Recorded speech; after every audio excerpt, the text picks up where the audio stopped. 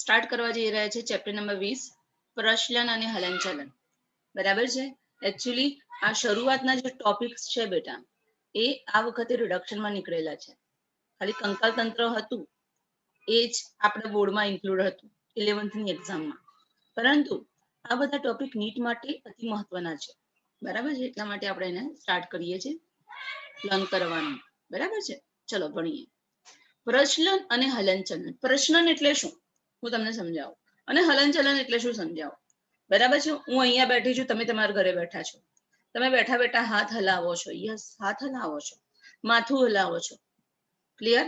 તો એ હલનચલન કર્યું કહેવાય. શું કર્યું કહેવાય? હલનચલન. ખબર પડી ગઈ? પછી અચાનક તમારા દરવાજાની ઘંટડી વાગી, ઘરના દરવાજાની ઘંટડી વાગી, તમે ઊભા થઈને દરવાજો ઓપન કરો છો, તમારી રૂમમાં ઊભા થયા અને ત્યાંથી ગયા બહાર ને દરવાજો ઓપન કર્યો, હલનચલન કર્યું. પણ અહીંયા જગ્યા બદલાય છે, એક રૂમમાંથી બીજી રૂમમાં જવું, તો એને શું કહેવાય છે? પ્રચલન. સમજ પડી ગઈ? હલનચલન એટલે શું? બેઠા બેઠા આપણે હલીએ છીએ, માથું હલાવીએ છીએ, હાથ હલાવીએ છીએ, એ હલનચલન કહેવાય. એમાં આપણું શરીર સ્થાન બદલતું નથી, જગ્યા બદલતું નથી. ક્લિયર? જ્યારે પ્રચલનમાં શું થાય? આપણે એક જગ્યાએથી બીજી જગ્યાએ જઈએ છીએ, આપણા રૂમમાંથી ડ્રોઈંગ રૂમમાં જઈએ છીએ. બરાબર છે? ક્લિયર? ઓકે. તો એને શું કહેવાય? પ્રચલન કર્યું કહેવાય. શું કહેવાય દીકરા? એને પ્રચલન કર્યું કહેવાય. બરાબર છે. તો અહીંયા એક્ઝામમાં પૂછે છે કે બધા પ્રચલન એ હલનચલન છે. સાચી વાત છે.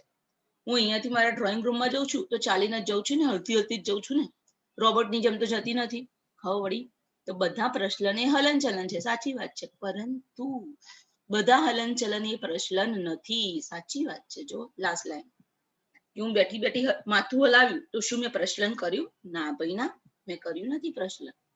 તો આ વાક્ય તમારે યાદ રાખવાનું કે બધા પ્રચલન એ હલનચલન છે.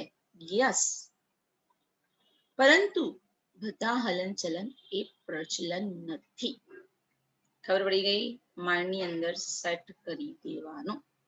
ઓકે, સારું. ચલો, તો મેં તમને મતલબ સમજાવી દીધો, ચેપ્ટરના હેડિંગનો મતલબ. બરાબર છે. આપણે આની આજુબાજુ જ ગરબા ગાવાના છે આ ચેપ્ટરમાં. ઓકે, સારું.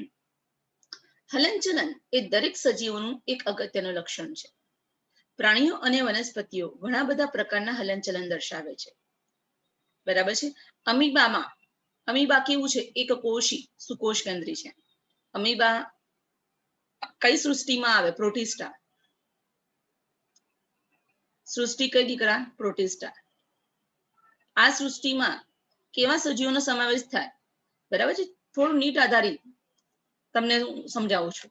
પ્રોટિસ્ટા સૃષ્ટિની અંદર એક કોષી સુકોષ કેન્દ્રી સજીવોનો સમાવેશ થાય છે.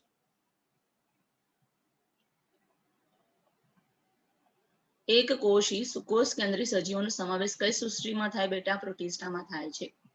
તો અમીબા એક કોષી સજીવ છે, તો એમાં જીવરસનું પરિભ્રમણ થાય છે. હા, જીવરસ એનો ગોળ ગોળ ઘૂમ્યા જ કરે એના કોષની અંદર. બરાબર છે. તો આ કયા પ્રકારનું હલનચલન છે? સરળ પ્રકારનું હલનચલન છે. MCQ question, important MCQ question. Clear? કે ભાઈ અમીબાની અંદર, અમીબા કેવો છે? એક કોષી સજીવ છે. બરાબર છે. તો એનું શરીર એક જ કોષનું બનેલું છે અને એમાં જીવરસ એટલે શું? કોષરસ પટલ ની અંદરની તરફ આવેલા સમગ્ર દ્રવ્યને જીવરસ કહેવાય. જીવરસની અંદર કોષરસ પ્લસ કોષકેન્દ્ર પ્લસ અંગિકાઓ બધાને સંયુક્ત રીતે શું કહેવાય? જીવરસ. બરાબર છે. આ સાઈડ પર લખું છું, આ બધા ઇમ્પોર્ટન્ટ છે બેટા. જીવરસ ઇઝ ઇક્વલ ટુ કોષરસ પ્લસ કોષ કેન્દ્ર. કોષરસમાં કોણ કોણ આવે? પ્રવાહી આધારક. આધારક કેવું હોય? આધારક દ્રવ્ય પ્રવાહી. અને બીજું કઈ હોય? અંગિકાઓ, કણાભસૂત્ર, ગોલ્ગીકાય. બરાબર છે. આ બધી અંગિકાઓ એ શેમાં આવે? કોષરસમાં જ આવે. કોષરસમાં બે દ્રવ્યો હોય, પ્રવાહી ભાગને આધારક કહેવાય અને બીજો ભાગ કયો છે? અંગિકાઓ. યાદ રાખવાનું. બરાબર છે. સમજ પડી ગઈ? જીવરસને અંગ્રેજીમાં કહેવાય પ્રોટોપ્લાઝમ.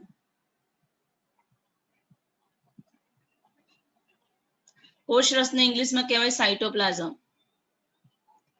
આ બધા શબ્દના મતલબ બંને આપણને યાદ રાખવાના જ. Sorry, cytoplasm. કોષ કેન્દ્રને ઇંગ્લિશમાં કહેવાય ન્યુક્લિયસ.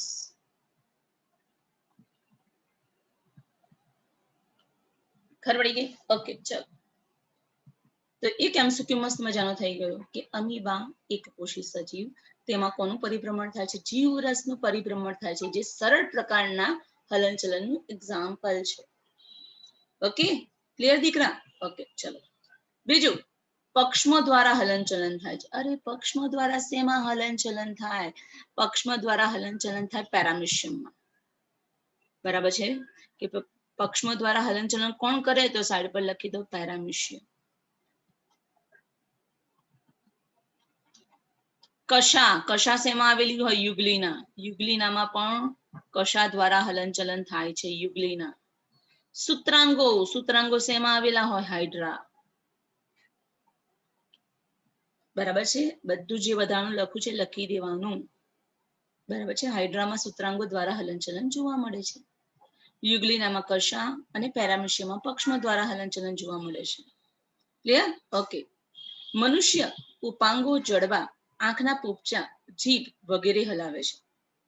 કેટલાક હલનચલન તેમના જગ્યા અથવા સ્થાનમાં ફેરફાર પ્રેરે છે, જેને આપણે શું કહીએ છીએ? પ્રચલન કહીએ છે. ચાલવું, દોડવું, ચડવું, ઉડવું, તરવું એ પ્રચલનના કેટલાક સ્વરૂપો છે. પ્રચલન રચનાઓ બીજા પ્રકારના હલનચલનથી જુદી હોવી જરૂરી નથી. ઉદાહરણ તરીકે પેરામીશિયમમાં શેના દ્વારા પ્રચલન થાય? પક્ષમો દ્વારા.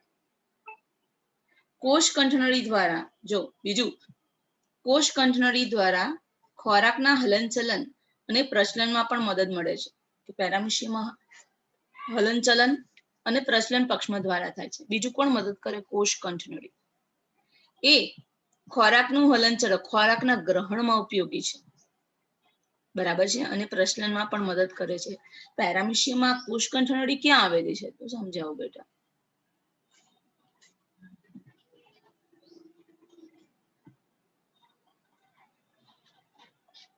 અહીંયા જે ખાંચો દેખાય બેટા, આ ખાંચો દેખાય? હા બેટા. આને શું કહેવાય? કોષ કંઠનળી. અને અહીંયા ઢગલાબંધ પક્ષમાં આવેલા હોય આવા. ખોરાકનું એન્ટ્રી ક્યાંથી થાય? ખોરાકની એન્ટ્રી અહીંયાથી થાય, અહીંયાથી અંદરની તરફ. ખબર પડી? ઓકે, સારું, ચલો. હાઇડ્રા તેના સૂત્રાંગોનો ઉપયોગ કરી શિકારને પકડવા અને પ્રચલનમાં પણ મદદ કરે છે. બરાબર છે? કોનો ઉપયોગ કરે? સૂત્રાંગોનો.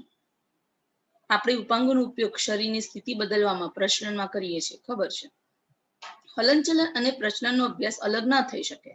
એથી કહી શકાય કે બધા પ્રચલન એ હલનચલન છે, પરંતુ બધા હલનચલન એ પ્રચલન નથી. બરાબર છે? તો આમાંથી 2 થી 3 એમસીક્યુ પૂછાય એવો પેરેગ્રાફ આપણે સ્ટડી કર્યો. બરાબર છે? એકદમ ઈઝી છે, મસ્ત છે સમજવા માટે. ઓકે,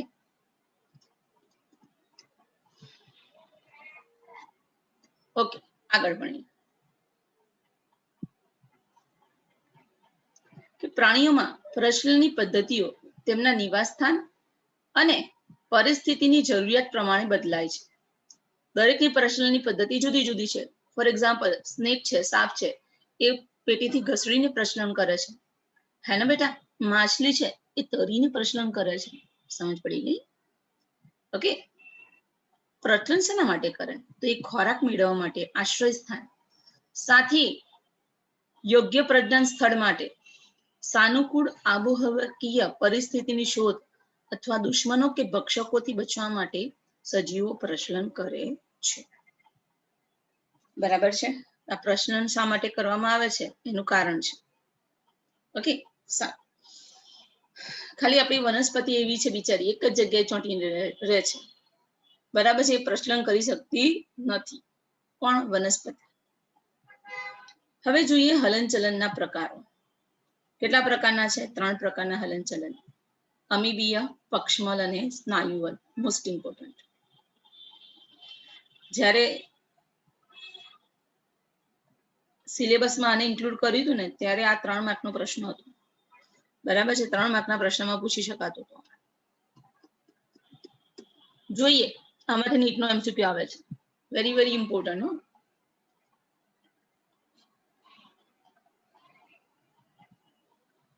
આમાં મોસ્ટ ઇમ્પોર્ટન્ટ. સારું, તો આપણા શરીરની અંદર આ 3 પ્રકારનું પ્રચલન જોવા મળે છે. અમીબીય, બરાબર છે, પક્ષમલ અને ત્રીજું સ્નાયુવલ. ઓકે, જોઈએ આ પહેલું છે અમીબીય પ્રચલન. આપણા શરીરના કયા કોષો અમીબા જેવું પ્રચલન દર્શાવે છે તે. ચલો, તો આપણા શરીરમાં આવેલા કેટલાક વિશિષ્ટ કોષો જેવા કે ભક્ષક કોષો. ભક્ષક કોષોનું બીજું નામ દીકરા બૃહદ કોષો. ત્રીજું નામ મેક્રોફેજ. હા, ઘણી વાર બેટા ખરું ને ગુજરાતીમાં મેક્રોફેજ લખેલું હોય. હા, મેક્રોફેજ. બૃહદ કોષો, ભક્ષક કોષો, બરાબર છે. મેક્રોફેજ મોટા કદના હોય છે એટલે મેક્રોફેજ કહેવાય. ભક્ષક કોષોની ઇંગ્લિશમાં શું કહેવાય? જો ફેગોસાઇટ્સ લખી દો, આ બધું નીટમાં પૂછાય. ભક્ષક કોષો ખબર હોય પણ ફેગોસાઇટ ખબર ના હોય તો આપણને આન્સર આપવામાં તકલીફ થાય. બરાબર છે, તો ભક્ષક કોષોનું બીજે શું કહેવાય? એનું બીજું નામ ફેગોસાઇટ.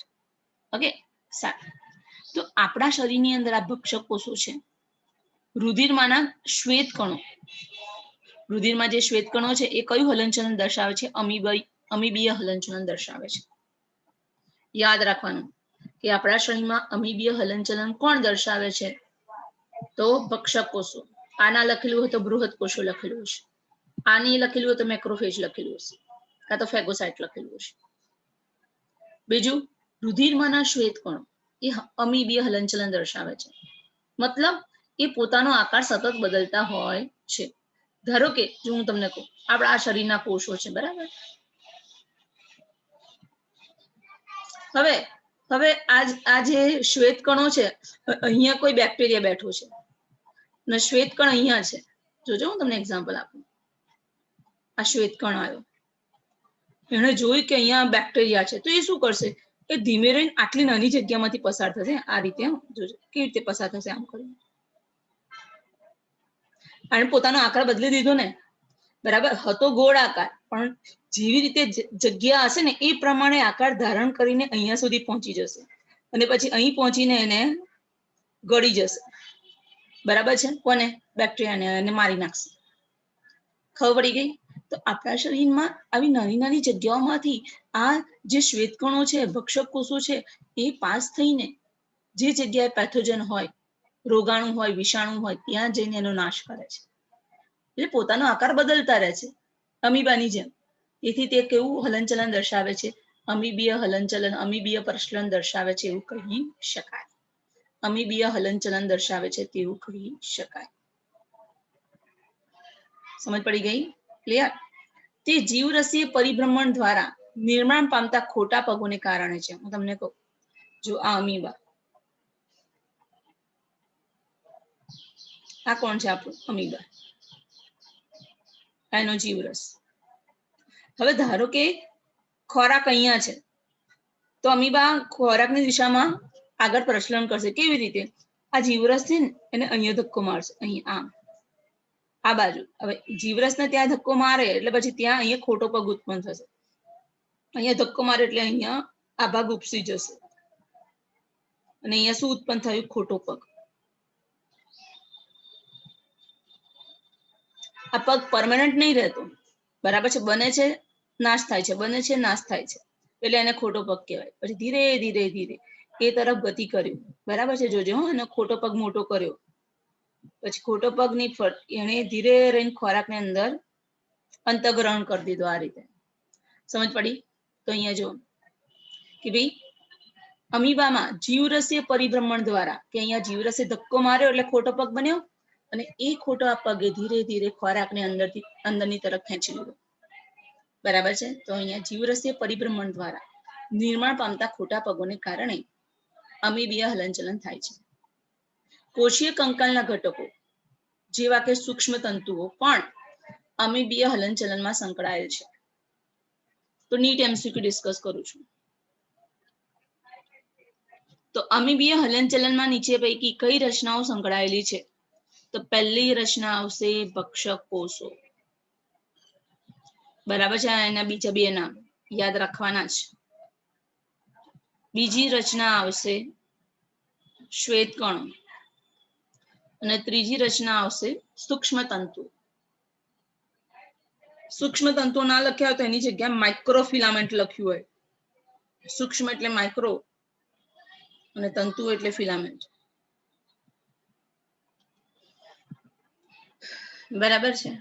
ઘણી વાર એમસીક્યુ પૂછેલો છે. ઓકે, સારું. હવે બીજું પ્રશ્ન આવ્યું બેટા. બીજું પ્રશ્ન આવ્યું કશા દ્વારા હલનચલન. ઇમ્પોર્ટન્ટ. કશા એ શું છે? કોષરસ પટલમાંથી નીકળતો બહારની તરફ નીકળતી એક રચના છે. એટલે એના માટે શબ્દ કયો યુઝ કર્યો? બહિરુદ્ધ ભેદ. કે કશા એ કોષરસ પટલનો બહિરુદ્ધ ભેદ છે, બહારની તરફ નીકળતી નલિકામય રચના છે. કોણ? કશા. કશાનું બીજું નામ શું? ફ્લેજેલા. અંગ્રેજીમાં કશાને ફ્લેજેલા કહેવાય. બધા નામ આપણને આવડવા જોઈએ. બરાબર છે. બધું જ યાદ રહેશે, તમે ચિંતા ના કરશો બેટા. ખાલી રિવિઝન કરવાનું, વારે વારે વાંચવાનું. કશાનું બીજું નામ શું છે? ફ્લેજેલા. એ કોષરસ પટલનો બહિરુદ્ધ ભેદ છે. બરાબર છે. કોષરસ પટલમાં બહારની તરફ આ રીતે લંબાય છે. જો કોષરસ પટલમાંથી આ રીતે કશા બનાવે છે. ખબર પડી ગઈ? આ રહી કશા. ઓકે. કશા હલનચલન, કશામય હલનચલન શેમાં જોવા મળે છે? શેમાં હેલ્પ કરે છે? જો આવી જાવ. શુક્રકોષના તરવામાં. Most important. શુક્રકોષ કેવો ભાગે છે? અંડકોષની તરફ ફલન કરવા માટે, હે ને? શુક્રકોષના તરવામાં. પછી આ એમસીક્યુ ક્વેશ્ચન હો બધા. વાદળીઓના નલિકા તંત્રમાં પાણીના પ્રવાહની જાળવણીમાં. કે ભાઈ વાદળી વિશે મેં તમને ભણાવ્યું હતું. કયો સમુદાય? સછિદ્ર સમુદાય. તો સછિદ્ર સમુદાયની અંદર નલિકા તંત્ર છે કે છિદ્રો દ્વારા પાણી દાખલ થાય છે શરીરમાં. ને મધ્યમાં મોટી ગુહા છે, છિદ્રિષ્ટ ગુહા. યાદ કરો, મેં તને આવું કરાવ્યું હતું દીકરા. બરાબર છે. આ વાદળી સછિદ્ર સમુદાયનું સજીવ. શરીર ઘણા બધા છિદ્રો વાળું છે. બરાબર છે. આ નલિકા છે, અંદર ખુલે છે. આ તમને જે મોટું પોલાણ છે એને શું કહેવાય છે? છિદ્રિષ્ટ ગુહા. તો પાણી અહીંયાથી પ્રવેશ્યું. જોજો, કલર બદલું છું થોડો બેટા. પાણી અહીંયા છિદ્રો મારફતે પ્રવેશ્યું નલિકામાં, ને અહીંયા છિદ્રિષ્ટ ગુહામાં ગયું. અહીંયાથી પાણી બહાર નીકળશે. આ જે રસ્તો છે ને એને કહેવાય આશ્યક. એના દ્વારા પાણી બહાર નીકળે છે. બરાબર છે. યાદ રાખવાનું હો બેટા. તો અહીંયાથી પાણી દાખલ થયું. આખું આ જે તંત્ર છે ને નલિકા તંત્ર કહેવાય. શું કહેવાય? નલિકા તંત્ર. યાદ રાખવું. ચલો, કે નલિકા તંત્રમાં પાણીના પ્રવાહની જાળવણી અને યુગ્લિના જેવા પ્રજીવના પ્રસરણમાં મદદ કરે છે. યુગ્લિનામાં પણ કશા આવેલી છે. જો આ યુગ્લિનાની કશા દોરીને યાદ રાખવાનું. એમસીક્યુ ક્વેશ્ચન, નીટ એમસીક્યુ પૂછેલો છે. શુક્રકોષના તરવામાં પક્ષમલ હલનચલન આપણા નલિકામય આંતરિક અંગોમાં થાય છે. આપણને ખબર છે કે ભાઈ નર પોતાના શુક્રકોષો ધરાવતો વીર્યનો ત્યાગ માદાના યોનિ માર્ગમાં કરે છે. બરાબર છે. લિંગી પ્રજનનની અંદર. હવે માદાના યોનિ માર્ગમાંથી શુક્રકોષો તરતા તરતા તરતા તરતા ગર્ભાશયમાંથી પસાર થઈને અંડવાહિનીમાં જાય છે. અને અંડવાહિનીમાં આવેલા અંડકોષ સાથે જોડાઈને તેનું ફલન કરે છે. હે ને? આવું આપણે ભણવાના છે ચેપ્ટર નંબર 3 માં. ક્લિયર?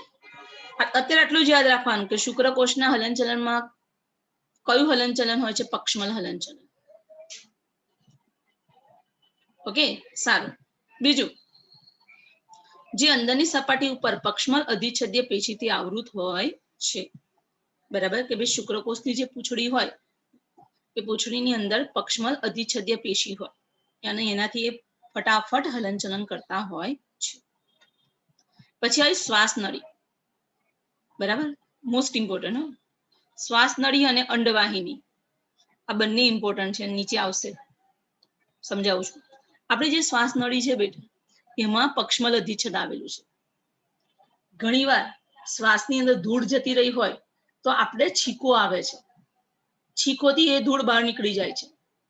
તો જેવું હવાની અંદર ધૂળ કે રજકણો ગયા હોય, શ્વાસ નળીમાં આવેલું પક્ષમલ અધિચ્છદ એ પોતાના પક્ષમાં ઊંચા નીચા કરે, હલાવે, ને પક્ષમાં જોરદાર હલે ને એટલે આપણને ખાંસી આવે, છીક આવે, અને એ ખાંસી અને એ છીક દ્વારા દાખલ થયેલ કચરો હોય, રજકણ હોય, ધૂળ હોય, એ બધી જ બહાર નીકળી જાય. ખબર પડી ગઈ? યાદ રાખવાનું.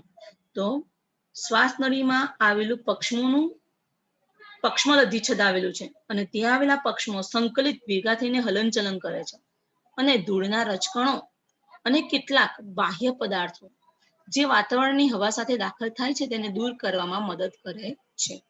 તો આ બીજું મોસ્ટ ઇમ્પોર્ટન્ટ MCQ. બરાબર છે?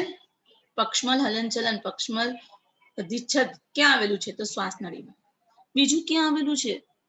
તો માદા પ્રજનન તંત્રમાં અંડવાહિનીમાં. હું તમને બતાવું કે જો આ અંડવાહિની છે, અંડવાહિનીની અંદર આવેલા કોષો છે, બરાબર, આખી અંડવાહિનીમાં આવા કોષો આવેલા હોય અંદરની તરફ, અને આ કોષો ઉપર આ રીતે પક્ષમાં આવેલા છે. હવે આ અંડવાહિનીમાં જેવો અંડકોષ આવે, જો અંડકોષ બતાવી દઉં,